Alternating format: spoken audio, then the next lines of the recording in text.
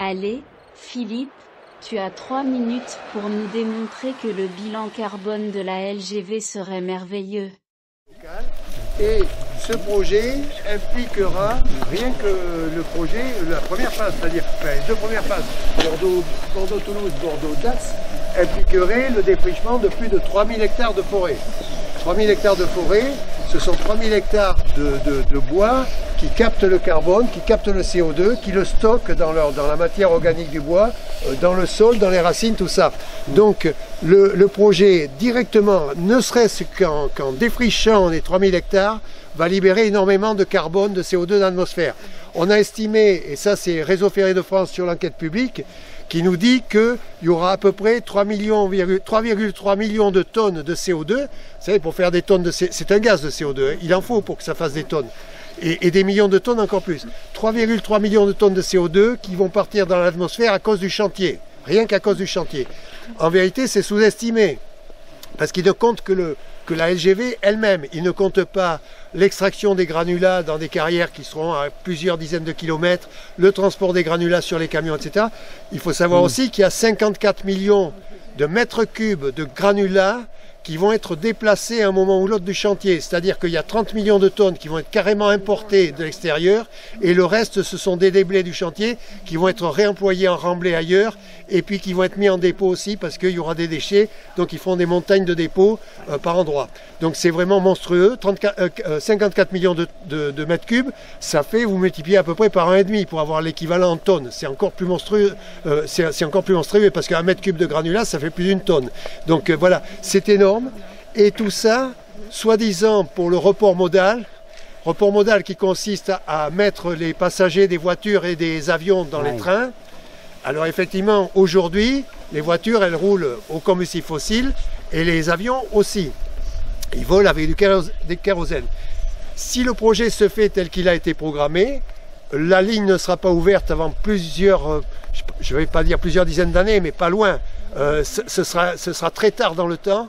Or, quand le train, le TGV commencerait à rouler sur ces voies, si on laisse faire, de toute façon, les voitures seront pour la plupart électriques, les avions vont voler à l'hydrogène vert ou aux biocarburants, aux agrocarburants, tout ça. Donc le bilan carbone des transports supprimés sera très faible. Et donc jamais la LGV ne récupérera les millions de tonnes de CO2 qui ont été mis dans l'atmosphère. Il faut bien comprendre ça.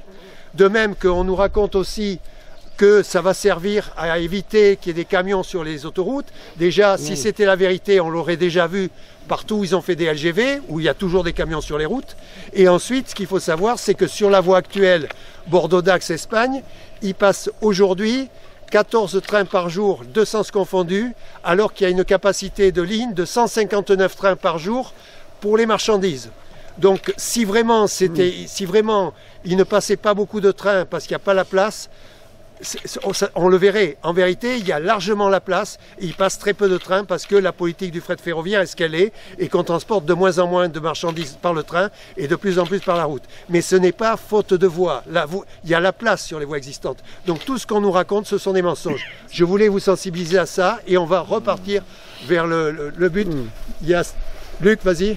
Philippe, est-ce que tu peux me dire si dans le bilan carbone, le fait que quand on construit une autoroute ou une LGV, après les routes, au lieu d'être droites comme elles le sont aujourd'hui, tu vois, d'aller d'un village à l'autre, à chaque fois, tu vois, on contourne, donc on rallonge. On rallonge un peu. Est-ce que ce bilan carbone... Non, c'est pas entré en ligne de compte, de même que le temps perdu par les riverains n'est pas compté, parce que quand ils ont fait le bilan pour l'enquête d'utilité publique, ils comptabilisent le temps gagné comme étant de l'argent.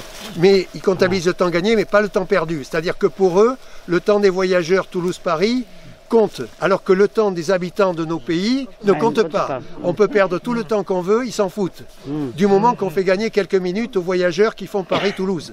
Voilà, il faut bien être conscient de ça. Donc je pense que notre lutte est tout à fait légitime.